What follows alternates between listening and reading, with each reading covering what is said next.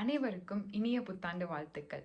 இந்த வருஷம் நம்ம எல்லாருக்கும் லைஃப் ஒரு மேம்பட்ட லைஃபா வாழ்றதுக்கு என்னுடைய மனமார்ந்த வாழ்த்துக்கள். அப்படி நம்ம வாழ ரொம்ப முக்கியமான ஒரு விஷயம், நம்ம நிறைய கத்துக்கணும். நம்ம கத்துக்கிட்டது மட்டும் இல்லைங்க, கத்துக்கிட்ட விஷயங்களை நம்ம இம்ப்ளிமெண்ட் பண்ணணும்.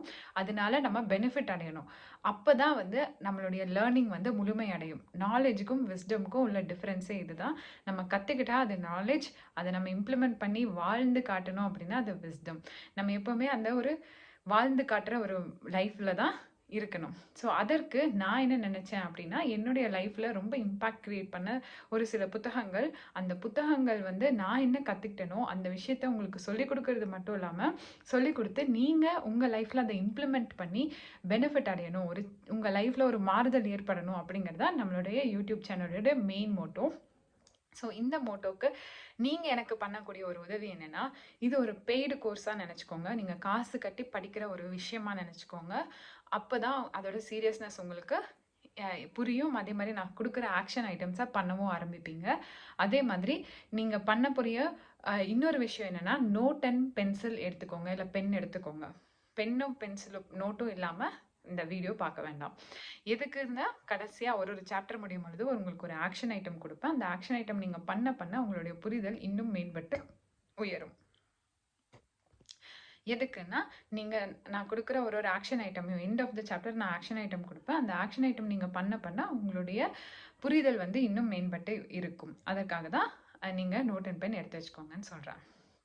ஸோ எனக்கு ரொம்ப ரொம்ப சேஞ்சஸ் உருவான ஒரு புத்தகம் அப்படின்னா மாஸ்டர் யுவர் இமோஷன்ஸ். இந்த புத்தகம் தான் என்னுடைய லைஃப்பில் என்னுடைய இமோஷன்ஸை ஹேண்டில் பண்ணுறதுக்கு ரொம்ப ரொம்ப ஹெல்ப்ஃபுல்லாக இருந்துச்சு. ஸோ இந்த விஷயம் எல்லாத்துக்கும் தெரியணும் அப்படிங்கிறது நான் படிக்கும் பொழுதே உணர்ந்தேன்.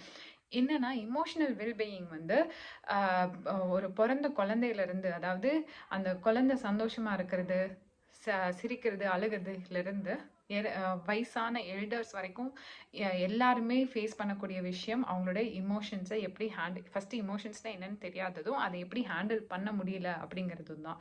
ஸோ வேரியஸ் ஸ்டேஜஸ், லைக் குழந்தைங்களாகட்டும், பெரியவங்களாகட்டும், இல்லை வயதானவர்களாகட்டும், அடல்ட், டீனேஜர்ஸ், எல்லா ரேஞ்ச் குரூப்புக்குமே விதவிதமான இமோஷனல் ஹேண்ட்லிங் தேவைப்படுது.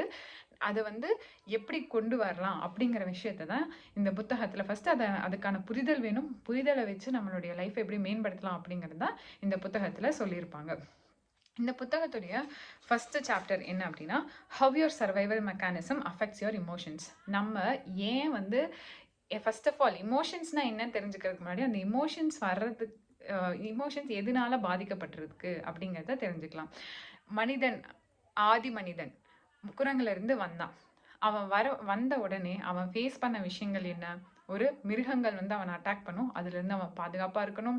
அவன் மேலே எது வேணாலும் விழுகலாம், தென்னை மரம் விழுகலாம், எது வேணாலும் விழுகலாம், அதுலேருந்து அவன் பாதுகாப்பாக இருக்கணும்.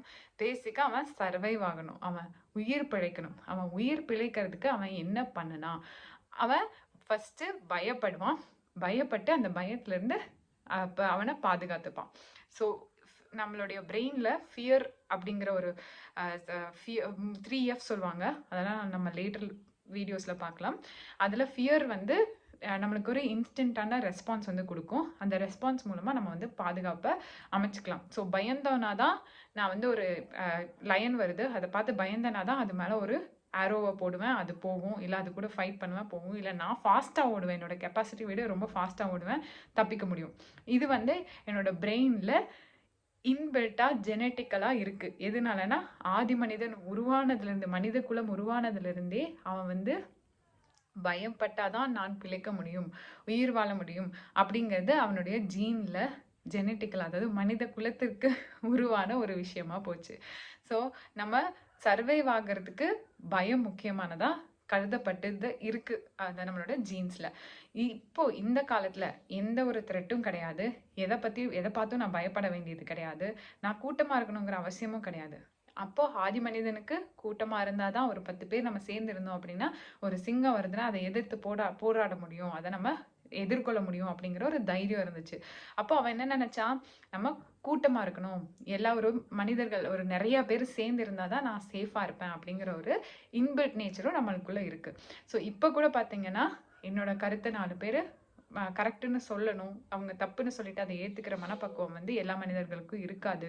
அதே மாதிரி நம்ம வந்து நம்ம ஒரு ரிப்போர்ட் கிரியேட் பண்றோம் ஆஃபீஸ்க்கு அப்படின்னா, அந்த ரிப்போர்ட் வந்து சூப்பரா இருக்குன்னு மேனேஜர் சொல்லணும். இந்த மாதிரி தான் நம்மளோட சிந்தனைகளே இருக்கும். அதாவது நம்மளுடைய ஒர்க்கை வந்து 4 பேர் பாராட்டணும் அப்படிங்கிற ஒரு நினைப்பு வந்து மனித குலத்திற்கு நேச்சுரலா இருக்கிறதுக்கு காரணம், ஆதி மனிதன் கூட்டமா இருந்தாதான் நான் உயிர் பிழைக்க முடியும் அப்படின்னு நினைச்சதுதான். ஸோ இந்த உயிர் பிழைக்க முடியும் அப்படிங்கிறதுக்காக உருவானது தான் இந்த ஃபியர். நம்ம சோஷியல் அனிமலாக இருக்கிறதுக்கும், சோஷியலாக ஒன்றா இருக்கிறதுக்கும், எல்லாம் கூட்டமாக மக்கள் இருக்கிறதுக்கும் மெயின் காரணமாக இருக்குது. அது வந்து இப்போ வரைக்கும் நம்மளை பாதிச்சுட்டு தான் இருக்குது. இப்போ எந்த ஒரு சிங்கமும் தாக்கலைனாலும் எனக்கு வந்து நான் சர்வைவ் ஆகணும் அப்படின்னா எந்த ஒரு சுச்சுவேஷன் வந்தாலும் ஃபஸ்ட்டு நெகட்டிவாக தான் தோணும். நான் பயப்பட்டா, ஏன்னா நான் பயப்பட்டேன்னா நான் வந்து சர்வைவ் ஆவேன் அப்படிங்கிறதுனால, அந்த ஒரு இன்ஸ்டிங்க்ட்னால, அந்த ஒரு ஜீன்னால தான் நம்ம எதை பார்த்தாலும் பயப்படுவோம், எதை பார்த்தாலும் நெகட்டிவாக நம்ம யோசிக்க ஆரம்பிப்போம்.